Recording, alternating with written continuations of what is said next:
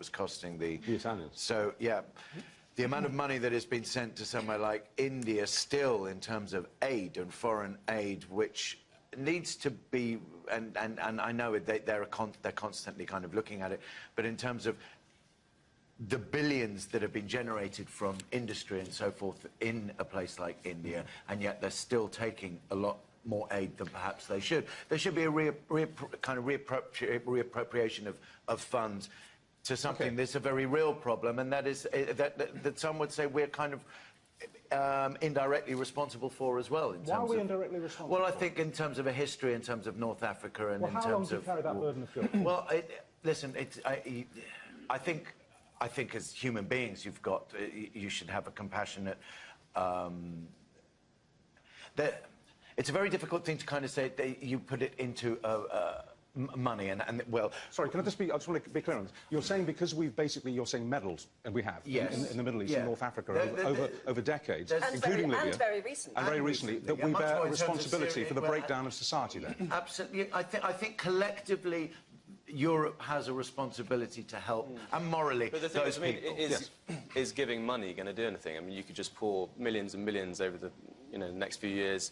Is it going to solve the problem? I mean, surely you just need to stop these people wanting to get on the boats in the first place. That's interesting, because I've just been told that Philip Hammond, speaking for the government, has just said what you were saying, that actually what we need to do is not send rescue boats, but basically, if you like, gunboats, but a flotilla down there to blockade the North African ports. But then, and saying... That doesn't do anything about the human beings, They don't want to live in the country and they want to get out of there to a better place. Straight choice, then. What do we do? Do we send rescue boats or do we send a blockade?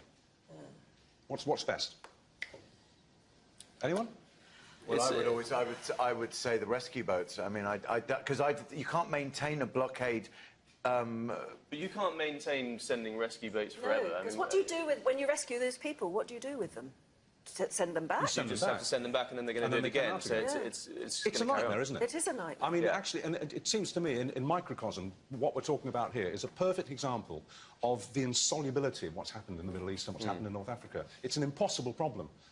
Whichever angle you look at it at, whether you blockade... But it's important not to overreact in terms of, oh, they're all coming over here and the borders are open. And there's something like, there was a statistic over the weekend in terms of how many people from Syria, refugees from Syria we've accepted. It's like 145 in the last year, whereas Germany have taken in something like 15,000. Yes, it's true. I mean, this country isn't a soft touch. It's not easy for people to arrive here. Doesn't it bring into focus, though? I mean, we're 14 days, did you say? 17 days away from the election? Days, yeah. And we whinge about our petty differences. And we're so lucky to be living where we're living, aren't we? Absolutely, which is why they want to come here. Yeah. All right, well, that's what the panel thinks. It's a real difficult conundrum, isn't it? After the ads, it's your turn. Do you think Britain should be doing more, either to help the migrant crisis off its shores in terms of rescuing people or stopping them leaving in the first place, or maybe a bit of both? 0207 173 5555, the number you need. Your calls after the break.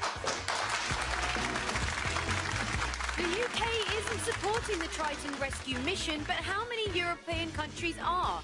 Is it 5, 10 or 15? Find out after the break.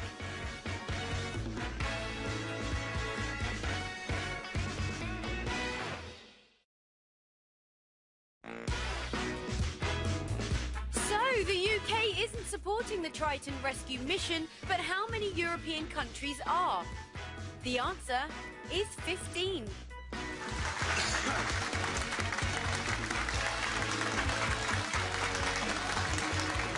Yeah, just us hanging back. Welcome back to Monday's show with Steve First, Anne Diamond and Jules Knight, who'll have all the newspaper reviews for you next, including that the toll social media is apparently taking on young girls' mental health, and the Grand Master of Chess, who reckons that women can't play the game. First up, as another boat carrying hundreds of migrants capsizes in the Med, is Britain doing enough to help? 0207 173 5555 is the number you need to call. It is the worst migrant boat disaster so far. A vessel carrying up to 900 migrants capsized off the coast of the Italian island of Lampedusa yesterday, and just 28 people have been rescued. Hundreds are feared drowned, including many women and children. Over 1,600 people have died this year in these waters. That's 50 times more than the same period last year. 50 times. One British immigration officer one, has been sent to help, but I don't know what he's supposed to do. But the British Foreign Office will not send rescue boats. They say that encourages more migrants to attempt the dangerous crossing. There is some logic in that, but is it moral? Shadow Home Secretary Yvette Cooper says it's not. It's immoral because people are dying as a result of us turning our backs. Before the break, there was a general consensus on the panel that we need to do something, but kind of what? Seema, what are people saying at home? We'll start with Eunice on line 1. All right, hello, Eunice. Good morning. Do you see this as a tricky one or incredibly simple? It's incredibly dodgy. You see, Africa has been used over the centuries by people, the whole of Europe, actually. Mm-hmm. They went into Africa, they took all the goodies out, and then left the disaster. Mm-hmm. So now these poor souls, they're really only looking to exist, really, aren't they? And I thought that the slave trade had finished, but this is immoral, this is slave tradery, because if those people had landed, they would have been in debt for the rest of their lives to the people who brought them over. There's no end to it. I mean, we've seen all this before. I must say, Eunice, had we been having this discussion and Iraq hadn't happened, we hadn't invaded Iraq, and we hadn't helped topple the president of Libya, Gaddafi, and we hadn't got involved in so many ways recently in the Middle East and North Africa, I would say to you, well, I think we can move away from our empirical past, can't we? Can we not let that rest? I think we should. But we have contemporary history to deal with. I mean, one of the reasons that North Africa and the Middle East is in the state it's in, whether it's Iraq or Libya, is because we got involved and we didn't really know what we were doing. Well, there's an argument, apparently, that there wasn't this clamouring of people to get out of Libya when Gaddafi was in control. Mm. You know, probably not a very good moral reason for that, but I'm just saying there's an argument there that we've caused this problem. Well, we saw things very simply, didn't we? I think the problem is, because democracy works for us, and morally, democracy is a great system and probably a superior moral code of any other system. It works for us, but it doesn't work for everybody. And we kind of think we can export it. I mean, do you remember a few years ago we were saying Libya was going to become this new democracy? We got rid of Gaddafi, we'd helped get rid of Gaddafi, and everybody wanted... We're all Democrats now.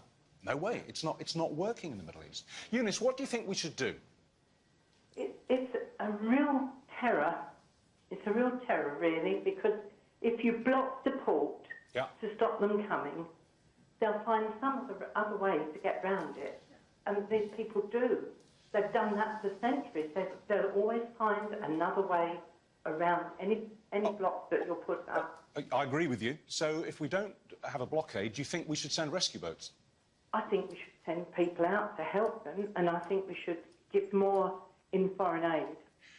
OK, and what do you think we should do with people that we rescue? Should we bring them to Europe or should we send them back to North Africa and the Middle East? Let's face it, if you're a Christian country, you should really bring them, shouldn't you?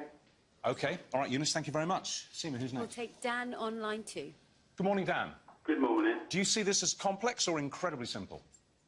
Very, very simple. Go on. What we've got to do is think of the situation we're at in Europe. And what we need to maintain in Europe, or try to maintain, is national security and stability.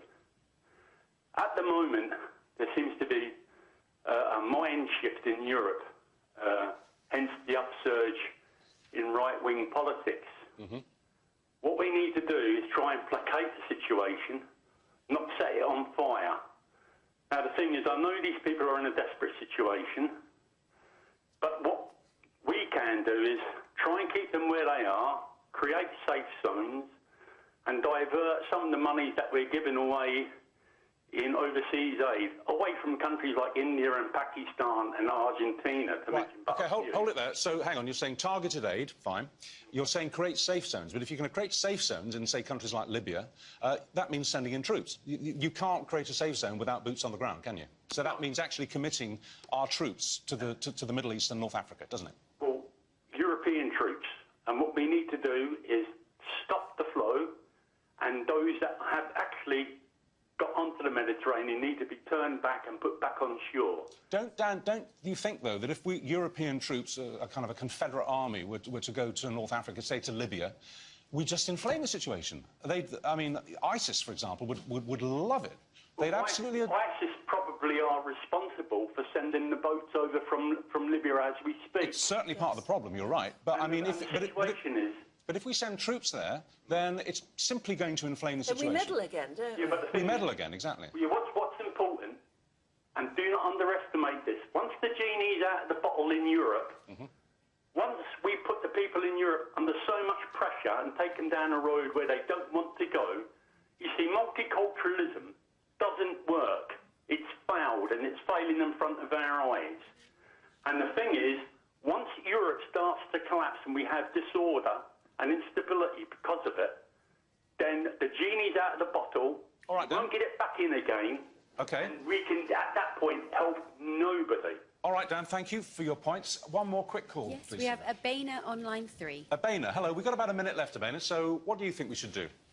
Good morning. Maybe more time. Sorry, carry on. Yeah. All I wanted to say is that as an African woman, I find it quite insulting when you're talking about issues about Africa and our history, and you say we should forget about that part of our history, about colonialism. But we need to understand the problem now also stems from our past history. Therefore, that is why we need to respect it, address it, and find a solution. I think there should be some form of blockade or something to prevent. It's not just about preventing mass immigration into Europe, but it's to also save lives. I think if it was white people dying on a boat like that, things will be done to ensure that it doesn't happen to women, children, men. They are desperate. That is why they are taking that journey.